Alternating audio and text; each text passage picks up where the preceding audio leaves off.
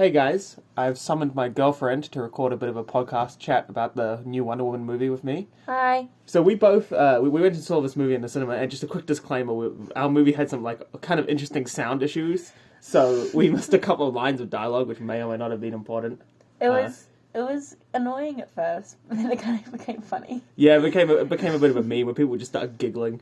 But yeah, so that aside, what did you think of the movie, like overall? I thought it was fun. I really like how they introduced lots of like stuff from the comics. Like they, is a spoiler. Oh yeah, spoilers, lots of spoilers. If you're still here and you don't want to be spoiled, leave immediately. Okay, well, yeah, I really liked how they kind of introduced the whole flying meme with Wonder Woman. Because I feel like I've seen her fly in the comics and old cartoons and stuff like that. And they finally brought in the invisible jet because that's like a signature staple of Wonder Woman. Yeah, I feel like the signature of the invisible jet, that was kind of an example of a movie, like a little mini example of a movie as a whole, because the jet was cool, and then they did something really dumb with it. You remember when they like randomly flew into the fireworks, and you're like, why are you flying into fireworks? It just seems like a really dangerous thing to do. Like logic is all gone. Like let's just fly into some fucking fireworks. Yeah, and I just thought that whole thing was just kind of like a metaphor for the whole movie, right? Where it's like a cool idea, and then you just do something dumb, and you're like, why are we doing this? But yeah, I would say that I would give the movie a lot of points for like originality. Like you know how like the villain wasn't really a bad guy. Like certainly wasn't a good guy, but he wasn't like the normal like I will destroy the world sort of villain. I mean, when I first saw the trailer, I knew that it was going to be the female villain. I actually didn't realize there was going to be a second villain, but as soon as I saw him on screen, I was like, okay, well, you know, he can't just be there for be there's sake. Yeah. He's going to be a big part of the movie. What's his name? He's in Game of Thrones. I forget his name, but Pedro Pascal. That's his name. Yes. But yeah, like as soon as you see him, you know he's gonna be like filling some like big role. But I think one thing to really note about this movie is that it is long. It is really, really long. I think it's 2.5 hours long. Yeah. It was kind of dragging on a teeny tiny bit. Yeah, there were quite a few bits where I was like, we could have just cut this out, and we. Like, honestly, you know, I kind of find it kind of wholesome that her husband came back, right? Or her ex-boyfriend, her dead boyfriend came back. But you literally could have cut him from the story. And the story would have played out pretty much the same. You could have given us some kind of other arc rather than, like, true love. Because I feel like bringing back Chris Pine didn't really do anything. Because in the first Wonder Woman, there was, like, a satisfying ending for his story. Rather than just, like, okay, we'll bring him back to be, like, a kind of a goofy character. We'll have him experience the 80s vibe. Yeah. And then kind of have it go nowhere. Yeah, and it's not that I didn't enjoy it, right? Like, it was kind of fun, you know, when he's walking down, like, the escalator and stuff, and he's like, woo! And he sees like, the big plane, and he's like, oh my god, you can fly these big things. Like, it was a good meme, but, like, I don't know. It's sort of, in an hour and a half movie, I'd be like, oh yeah. In a 2.5 hour movie, I was starting to, like, check my phone and run out of steam. But yeah, for me, I really enjoyed the, like, the idea of like the wishes and how he became like the wishing stone and stuff. But I would also like point out that it doesn't make any sense at all. No, because there's like a lot of loopholes you could get with that. Like, yeah, and like the wishes undo themselves and don't undo themselves. You renounce your wishes, so, but like does that work with everything? Like all the consequences, do they get renounced as well? Yeah, and then like what consequences get renounced or what don't? Like because if you were getting rid of all the consequences, then everybody's memories would have to be wiped, and therefore nothing at all would have changed. Yeah, I have to point out we haven't provided any context for what's really happened, so if anyone's watching this, they'd have to... Yeah, well, this is basically... They'd have to have seen it beforehand. Yeah, this is designed for people who have seen it, rather than, like, people... Because we're spoiling the shit out of it as well. Yeah. So. Speaking of... some of the CGI was a bit interesting. Yeah, it was either really good, or believable at best, or it was just so bad, like... it was like, okay, this is just taking me completely out of my immersion for the movie. Yeah, the very opening scene with the stadium. You know how like the movie opens with like the stadium and she has to throw the spear through the hole? Oh, you know? yeah. So, okay, first of all, actually speaking of stuff that could have been cut out, there's literally like a 25-minute opening scene with this like her as a little girl trying to win this competition and then she loses, and it's like, what the... Like, that could have been gone from the movie and you would not even have noticed. Yeah, I think... Because I mentioned this in the... Like, as I watched it, I think that it was just trying to set up like a theme for the movie that she has to overcome. So okay, it's something from when she was a child. Cool, great. But I feel like the way they did that, that could have been executed much It's differently. also weird though, because how does it interact with the movie? Because the theme of that opening segment is what, like you shouldn't cheat. We also don't see any of the other female warriors. No, either. we don't. So it's so pointless, in my opinion. So it's just extra, like, fluff. But the reason I bring up that scene is because we're talking about CGI. The CGI of that stadium, the stadium just looks fake as. It, like, zooms in on the stadium, and you're like, that is not real. And of course you Yeah. know it's not real, but it's so obvious, and you're just like, ugh. And I've kind of gotten to that point in my life where I like, understand the physics of things a little bit. So, Yeah. if you're jumping from a really high cliff, Oh, yeah. face first, Yeah, that would and not you're have been. completely fine, your head off swimming, you're fine. It's just it doesn't work. Yeah, no, and it's weird as well, because, like, this whole race thing just feels so, like, inconsequential, because you know that, like, there are no stakes, you know? Yeah. Like, if she loses, oh no, she just cries for a bit, and you're like, well, you just, the whole opening scene was a bit, like, Pointless. yeah, a bit pointless and a bit, like, tacked on. And then what happens next? It cuts to her, she, like, develops her friendship with the girl who turns bad. Yeah, I kind of hate that trope, to be honest. Like the nerdy girl who wishes for something better and then she becomes Oh, a and bitch. I also like how they're pretending she's unattractive because she's got, like, frizzy hair and glasses. It's like, that's a really pretty woman. Yeah. She was pretty before, and she was pretty afterwards, and you're like... And then, I think, because obviously she wanted to be like Wonder Woman, have her confidence, have her beauty, but they kind of just turned her into a villain, which is kind of the opposite of... Yeah, but turned on to a villain Yeah. very, very quickly as well. Like, it wasn't like there wasn't a period where she was enjoying her Wonder Womanness and she was like, oh, I wish I could have more, like she got addicted to it or something. She just, like, she went from, like, 100 to 0 to 100 really quickly. Because the whole idea of the wish thing is that you wish for something what you want, but it like it's a trick, right? So it'll take away what you value most. So it took away her innocence? I Question guess, mark. like her humanity. I guess one thing I take away from that was I wish that it was something a bit more plot related, because Yeah. ultimately her storyline goes nowhere. Well, once again, that's another thing as well. You could literally have cut her out of it entirely. You would have saved an hour. In fact, honestly, if you took this movie, you know how, like, we recently watched a cut of The Hobbit where some guy, like, chopped up all the Hobbit movies and made them really short. Mm-hmm. If you were to take this movie, cut out every scene with the girl who turns evil, take out every scene with Chris Pine, right? You would maybe have just like shorten the Jaguar plot yeah, line. you would have like an hour and a half long movie with actually kind of interesting ideas of the whole wish thing, and it still wouldn't make a ton of sense, but it would at least be short. You wouldn't have time to think about how it doesn't make sense. Yeah. I do like that they try to introduce more villains as well.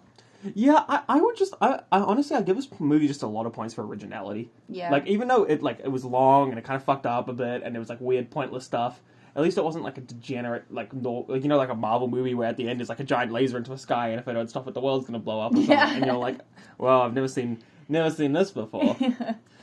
So yeah, I don't know. I feel like I have to give it some props for doing something a bit different. So what would you rate out of 10 then? Oh, like a 6.5, maybe a 6.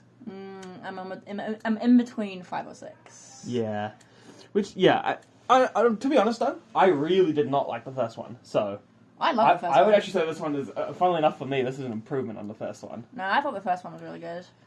Well, not like really good, but I thought it was like an enjoyable movie, and I would watch it again, but I wouldn't watch the second one again. Really? Yeah, I wouldn't go out of my way to watch the second one again. Well, then again, I wouldn't watch either of them again, to be honest. It's just a bit of a... There was also, like, some interesting, like, gender-related stuff in this, where, like, a lot of the villains, like that guy who, like, sexually harasses her, it's, like, kind of a, like, weird sort of, like... Stereotypical trope. Yeah, and it's kind of weird as well, because if she's, like... Because if they're trying to make the point that she's, like, you know, no one cares about her, no one notices her, and she's, like, ugly and stuff, and then immediately some guy starts sexually harassing her, and you're like, this is an odd It feels like a very like juxtaposition. 2D story for her, like a very subplot. Yeah, it's not very deep at all, and it's weird as well because then she just goes and like kills that guy, and you're like, and you're not actually entirely sure how to feel. I'm not sure how they wanted us to feel. I'm not sure if they were trying to show that as a good thing or a bad thing or like a thing. A medium thing. I was very confused because the dude who was sexually harassing her was literally just like the most paper thin character ever. He's like, I am bad guy. Every time we see him, he's got like a bottle in his hand. I'm a homeless drunk on the road. Ooh, sexy woman, let me harass. yeah. That was probably when they were writing out. You know, sometimes screenwriters they have like little like boards about each character. You know, where they have some like description of the character to help them understand. That was probably his character description. Yeah. I sexually harass women and I'm drunk. It just felt like a bit of a caricature. Maybe if they gave the story a bit more like thought, rather than just be okay, quick, get in this quick storyline. Yeah, I don't know. This whole movie, I guess, if we were to sum it up, it's just like it feels like a bunch of parts But if they've been put together well, you know, maybe you take some out, put them in another movie, or take some out totally. But like, there's just a whole bunch of parts that could have been good, and then they kind of like lumped them all together in a sort of like monstrosity, which was watchable at best. Yeah. There was also that bit where the Jaguar became the main villain's like partner for a little like bit. sidekick, But, yeah. like, at the very end, when they like made out once at the start of the movie, Yeah, like, very. they didn't go anywhere. She just like was like, okay, you know, this guy's top shit. I guess I'll just like defend him or something. Well, I think the reason she was defending him was because if he gets killed, her wish gets undone. Oh, true. Yes. But like, it's kind of weird as well because it's just like you could have cut that entire plot and just had, I don't know, him have like a bodyguard or something. You know what I mean, she did turn into like a furry. Yeah, she did. Yeah, definitely someone at the DC Comics team is got those furry vibes going on. We were literally in the cinema, and I just saw the character come into shot, and I was like, "Oh, this is turning into a bit of a furry thing." And I was joking, and then she actually did come out, and she was like a full on Full furry. Yeah. Yeah, I will say that I really, really enjoyed the ending. Actually, not the very, very end where there's this like weird scene of like Christmas.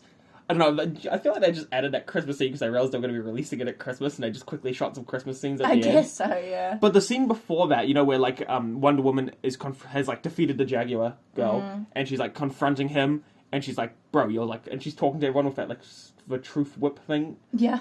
And she's like, "Bro, your son's gonna like get nuked," and he's like, "Oh shit, my son's gonna get nuked." I actually thought that was kind of cool. I actually liked that a lot.